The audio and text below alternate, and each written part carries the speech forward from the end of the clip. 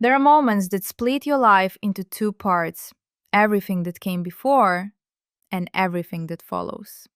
For me, it happened on an ordinary Thursday evening. There was no shouting, no broken glass, no lipstick on a collar, no mysterious text message lighting up a phone screen. Just one word, one name. A name that wasn't mine. My husband looked directly at me, smiled the way he had smiled thousands of times before, reached for my coat as I stepped through the front door, and quietly said, "Welcome home, Sarah." For a second, I laughed. I honestly thought he was joking. Then I saw the color drain from his face.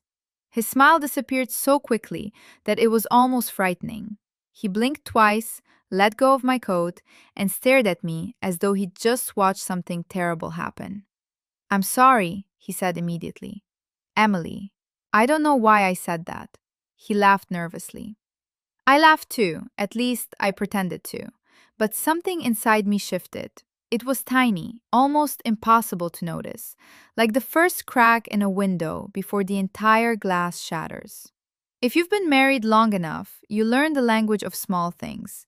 A pause that's a second too long, a smile that doesn't quite reach the eyes, a voice that's just a little too careful. Michael wasn't a good liar. That was one of the reasons I trusted him for more than 10 years. He could never hide excitement when planning surprises for me. He couldn't pretend to enjoy movies he hated. He couldn't even fake liking my mother's cooking, no matter how hard he tried.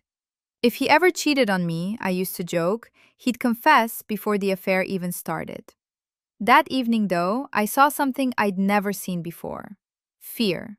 Not embarrassment, not confusion, fear. He kissed my forehead, asked how work had been, and started setting the table for dinner as if nothing unusual had happened. I tried to do the same, but my mind refused to let it go. Sarah. Who was Sarah? The strange part wasn't that he'd said another woman's name. The strange part was how naturally it had come out, as though he'd said it 1,000 times before. I kept telling myself people make mistakes. My own father once called me by my aunt's name for nearly 6 months after grandma passed away. Teachers mix up students, parents confuse siblings.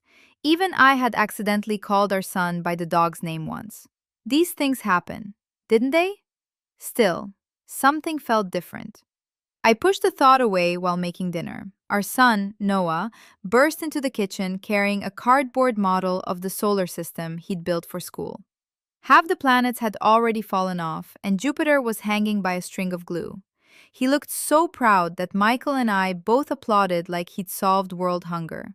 Moments like that reminded me why I loved our life. We weren't rich, we didn't have a mansion overlooking the ocean.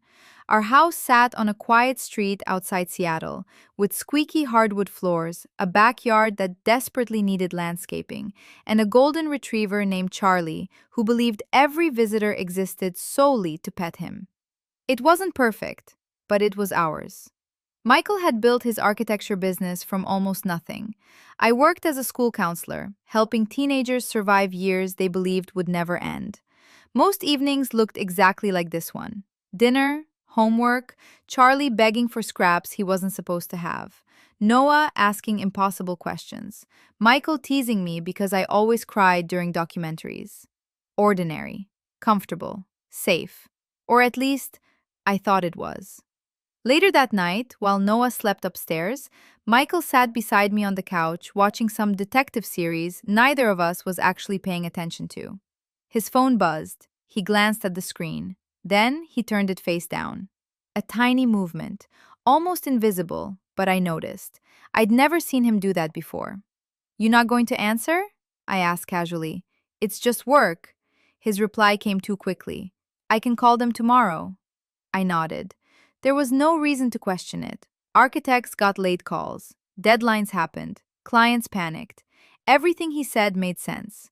Yet I couldn't stop thinking about the way he'd hidden the screen. Maybe I wouldn't have noticed if not for the name. Maybe the name had planted a seed that was already growing roots. The episode ended. Michael stretched, kissed my forehead again, and headed upstairs. "I've got an early meeting," he said. "Don't stay up too late." I remained in the living room long after he'd gone to bed. The television kept playing, but I couldn't have told you what was on. I replayed the evening again and again. Welcome home, Sarah. Not Emily, Sarah. The confidence in his voice haunted me more than the mistake itself. I finally convinced myself I was being ridiculous. Marriage requires trust, real trust, not the kind that exists only when life is easy, the kind that survives awkward moments. So I went upstairs. Michael was already asleep, or pretending to be. His breathing sounded steady. His hand rested on my side of the bed, as though he'd reach for me in his sleep. I gently slipped beneath the blanket. For years, that touch would have comforted me. That night, it only made me wonder. The next morning, everything seemed normal again. Michael made pancakes because Noah had a spelling test. He kissed me goodbye before leaving for work. He even texted me around lunchtime. Love you. Hope your day's going well. The same message he'd sent hundreds of times before. I almost laughed at myself. See? Nothing was wrong. I'd invented the entire problem inside my own head. By the time school ended, I'd nearly forgotten about it. Then, while organizing paperwork in my office, another counselor walked past my desk. Emily? I looked up. What? You okay? I called your name 3 times. I blinked. I'm sorry, I guess I was distracted. She smiled sympathetically. Long week? You could say that. As she walked away, I realized something unsettling. For the first time in years, when someone said my own name, it sounded unfamiliar, as if another name had somehow pushed it aside. That evening, Michael was almost an hour late getting home. No message, no phone call. When he finally pulled into the driveway, he apologized before I could ask. Traffic was awful. Again, a perfectly reasonable explanation. But when he hugged me, I caught a scent on his jacket. It wasn't perfume, it wasn't cologne.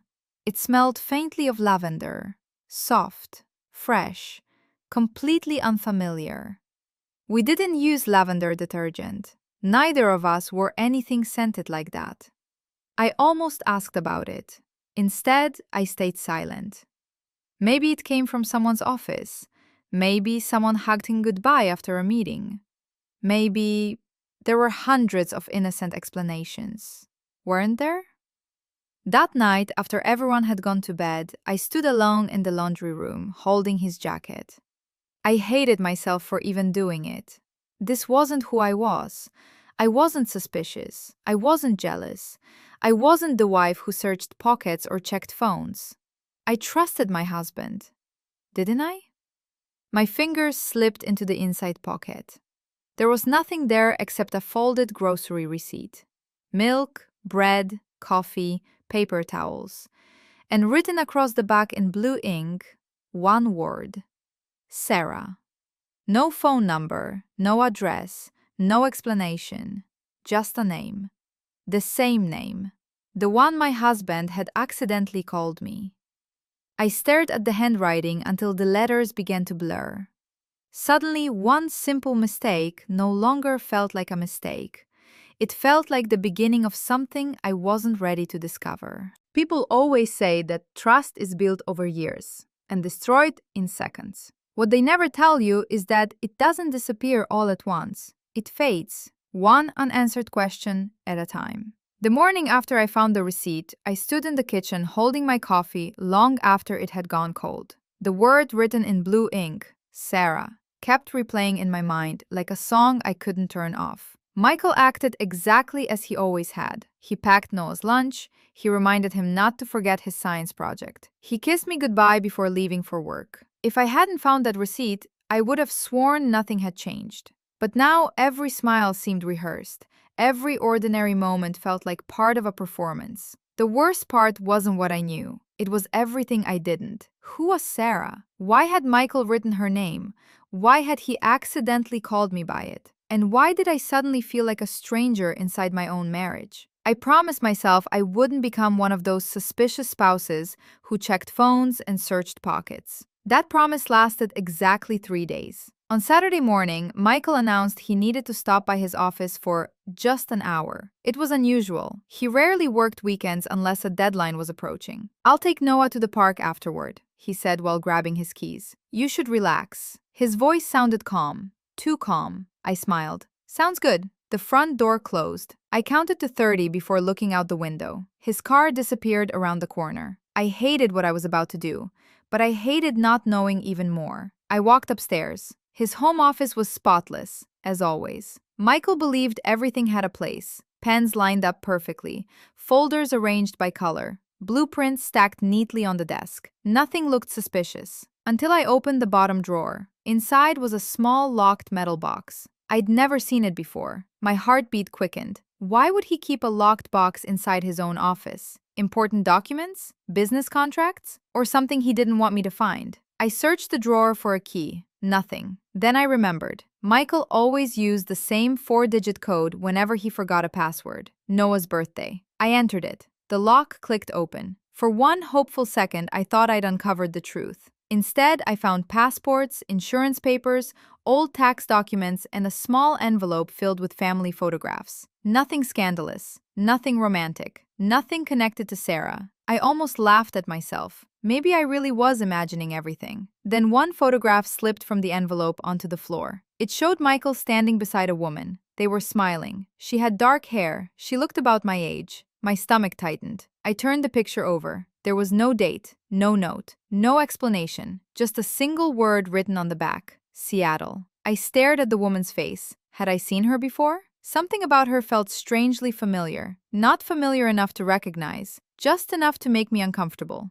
The garage door suddenly opened downstairs. Michael was home, much earlier than expected. I shoved everything back into the box, locked it, slid the drawer shut, and barely reached the kitchen before he walked through the front door, carrying a bag of pastries. "I thought we'd have lunch together before picking up Noah," he said cheerfully. I looked at him, at the man I'd trusted for more than a decade. Then I looked at the paper bag in his hands. He noticed my expression immediately. "Everything okay?" I forced a smile. "I'm just tired." He studied me for another second, then nodded. If he suspected I'd been in his office, he never said a word. Over the next few days, I started noticing little things I had ignored for years. Michael had changed the password on his laptop. He began taking phone calls outside. Once, while folding laundry, I found a dry cleaning ticket in his jacket from a neighborhood across town. A neighborhood he had no reason to visit. Each clue was tiny. Each one had an innocent explanation. Together, they formed the picture I couldn't stop seeing. My best friend Lisa finally noticed something was wrong. "You've been somewhere else all week," she said over coffee. I hesitated. Then I told her everything. The wrong name, the receipt, the photograph, the phone calls. She listened quietly. When I finished, she didn't speak for several seconds. Finally, she sighed. "I hope I'm wrong." "So do I." "But Emily," she looked down at her coffee. "People don't accidentally call their wives another woman's name." Her words hit harder than I expected, because she'd said out loud what I'd been trying not to believe. That evening, Michael suggested we watch a movie. I couldn't focus. Every time he laughed, I wondered if he was pretending. Every time he reached for my hand, I wondered whose hand he wished he were holding. Trust wasn't breaking anymore. It was dissolving. The following Thursday, Noah came home from school with a permission slip and an excited smile. "We have to make a family history project." He dumped papers all over the dining table. "I need pictures from when I was a baby." I smiled despite everything. "I think we still have those." Michael glanced up from his laptop. "They're probably in the storage room." "I'll find them," I said. He looked at me for just a moment longer than usual. "I can help." "It's okay. I know where everything is." That wasn't entirely true.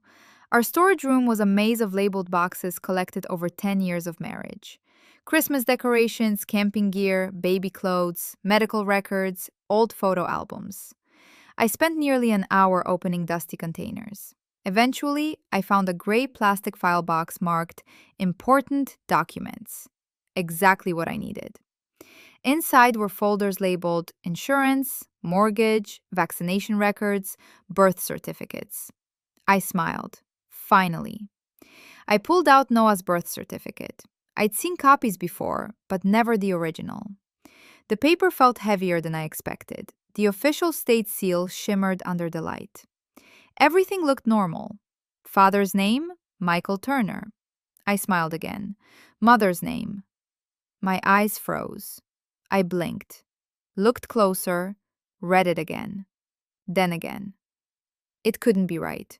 It simply couldn't. Because printed in clear black letters under mother's name wasn't Emily Turner. It read, Sarah Elizabeth Carter. The room suddenly felt too small, too quiet, too cold. I checked every line. The birth date? Correct. The hospital? Correct. Michael's information? Correct. Everything matched. Everything. Except the mother's name.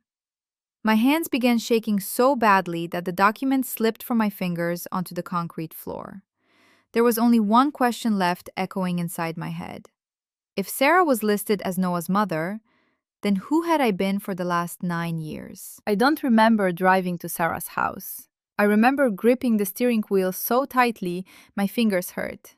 I remember rehearsing 100 different conversations. I remember convincing myself that no matter what happened, I deserved the truth. The address came from a private investigator I had hired 2 days earlier. He hadn't found an affair. He hadn't found hotel reservations. He hadn't found secret vacations or hidden apartments. He had found something far more confusing. Sarah Elizabeth Carter was a registered nurse living nearly 3 hours away. She had never been married. She had no criminal record, no connection to Michael's business, nothing that explained why her name appeared on my son's birth certificate. Yet Michael had been sending her money for years. Small amounts, never enough to look suspicious, always enough to suggest an obligation. When I parked outside her modest white house, every instinct told me to leave. Instead, I walked to the front door and knocked. A woman in her late 30s answered. She looked tired, kind. When she saw my face, she didn't look surprised. She simply whispered,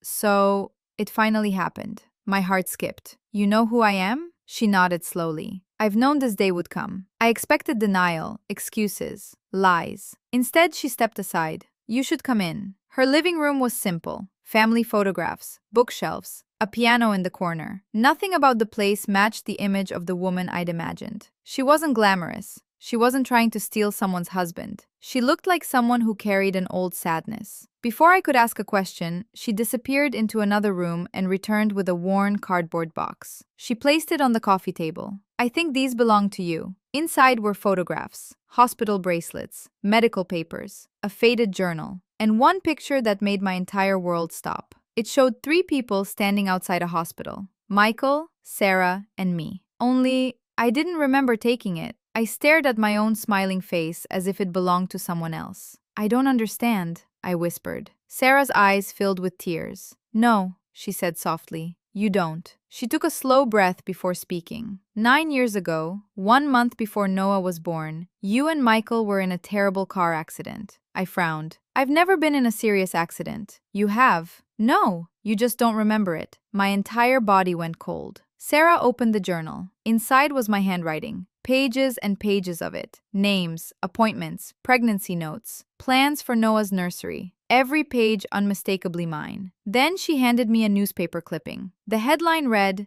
"Local couple seriously injured in highway collision." The photograph underneath showed my car, or what was left of it. I couldn't breathe. My voice disappeared. "The doctors told Michael that memory loss was possible," Sarah continued. "You recovered far better than anyone expected. But the weeks surrounding the accident," she gently shook her head, "they never came back." Pieces began colliding inside my mind. Flashes, bright lights, rain, sirens, a hospital ceiling. Nothing complete, just fragments. "I don't understand what this has to do with your name." Sarah looked at me with heartbreaking compassion. "My name isn't the mystery. Yours is." She slid one final document across the table. It was an official court order approving a legal name change. Applicant: Sarah Elizabeth Carter. New legal name: Emily Carter. Date: 6 months after Noah was born. I stared at it, my vision blurred. "I changed my name?" "You asked to." "Why would I do that?" Sarah smiled sadly. "Because after the accident, you said Sarah reminded you of everything you had lost. You wanted a fresh start. You wanted everyone to call you Emily. I tried to talk you out of it. You said if you survived, you wanted to become someone who wasn't defined by the worst day of her life." Tears rolled down my face before I realized I was crying. "My real name," she nodded. has always been Sarah. That evening, I drove home in silence. Every mile felt unreal. Michael was sitting on the porch when I arrived. He stood as soon as he saw me. "I know where you've been. I know. You should have told me. I should have. Why didn't you?" He looked away. "Because I was terrified. For years, every time the accident came up, you had panic attacks. Your neurologist and therapist both told me not to force your memory. They believed it might return naturally. I thought I was protecting you. You let me believe you were cheating. I never imagined you would. You lied." "I did. Every single day. I know. Neither of us raised our voices. Some betrayals don't need shouting. They hurt quietly. I found the bank transfers." Michael nodded. "I was paying Sarah back." "For what?" "When you were in rehabilitation, she quit her job for almost 5 months. She helped raise Noah. She slept in hospital waiting rooms.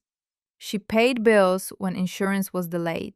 She sold her car because we couldn't afford everything. I promised I'd repay her. She never wanted the money. I sent it anyway." I closed my eyes. Everything I had believed, every accusation, every sleepless night, every terrible conclusion had been wrong. But one thing hadn't. He had hidden the truth. Not because he stopped loving me, because he loved me enough to fear losing me again. That realization hurt more than any affair ever could have. The following weeks weren't easy. Truth doesn't erase pain. It simply changes its shape. Michael and I started counseling together. Not because our marriage was broken beyond repair, because trust needed something stronger than apologies. It needed honesty. Even when honesty was uncomfortable. Even when it reopened old wounds. One afternoon, Noah came home from school carrying another drawing. He smiled proudly before placing it on the refrigerator. It showed the three of us standing together. Above our heads, he had written, "Our family tells the truth now." Michael looked at me.